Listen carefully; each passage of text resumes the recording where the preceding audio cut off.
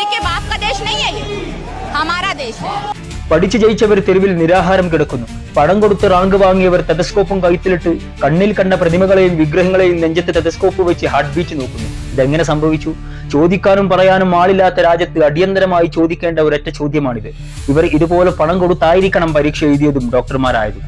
ലക്ഷക്കണക്കിന് രൂപ കൊടുത്ത് ചോർന്നു കിട്ടിയ പരീക്ഷാ പേപ്പറുകൾ കൊണ്ട് റാങ്ക് വാങ്ങിയ കാശുള്ള മുട്ടാളന്മാർ ഡോക്ടർമാരായി വേഷമിടുമ്പോൾ ഇതിലും വലിയ മണ്ടത്തരങ്ങൾ നമുക്ക് കാണേണ്ടി വരും.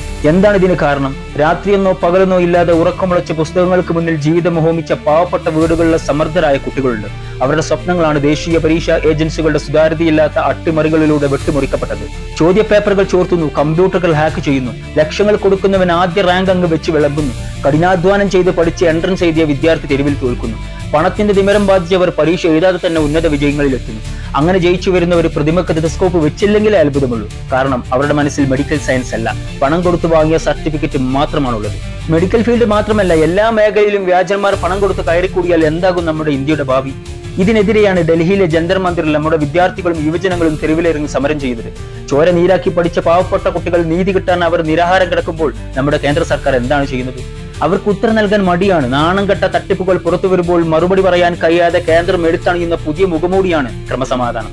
പരീക്ഷയിൽ തട്ടിപ്പ് നടത്തിയത് ക്രമസമാധാന പ്രശ്നമല്ല, പാവപ്പെട്ട കുട്ടികളുടെ ഭാവി തകർത്തതും ക്രമസമാധാന പ്രശ്നമല്ല. പക്ഷെ അതിനെതിരെ ചോദ്യം ചോദിച്ചാൽ, സമാധാനപരമായിട്ട് പ്രതിഷേധിച്ചാൽ, അയ്യോ രാജ്യത്ത് ക്രമസമാധാനം തകരുന്ന എന്നും പറഞ്ഞ് പോലീസ് ബാരിക്കേഡുകൾ ഉയർത്തുന്നു, നിരാഹാരം കിടക്കുന്നവരെ ബലമായി പിടിച്ചു കൊണ്ടുപോകുന്നു. ഇത് ക്രമസമാധാന പ്രശ്നമല്ലേ സർക്കാരെ? സമരം പൊളിക്കാനും സ്വന്തം മലമ്പാവും അഴിമതിയും മറച്ചുവെക്കാനും ഭരണകൂടം കാണിക്കുന്ന പച്ചയായ മുട്ടാപ്പോക്ക് ന്യായമാണിത്.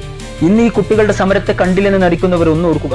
നാളെ നിങ്ങളുടെയോ എന്റെയോ കുടുംബത്തിൽ ഒരു അടിയന്തര ഘട്ടം വരുമ്പോൾ ചികിത്സിക്കാൻ എത്തുന്നത് ഇതുപോലെ പണം കൊടുത്ത് ജയിച്ച ഏതെങ്കിലും വിഡ്ഢിയാണെങ്കിൽ അന്നൊടുവിൽ നമ്മൾ അനുഭവിക്കേണ്ടി വരും. വിദ്യാഭ്യാസ സംവിധാനത്തെ കാശാക്കി മാറ്റുന്ന കേന്ദ്രത്തിന്റെ തോന്നിവാസങ്ങൾക്കെതിരെ പോരാടുന്ന ആ വിദ്യാർത്ഥികളാണ് ശരി.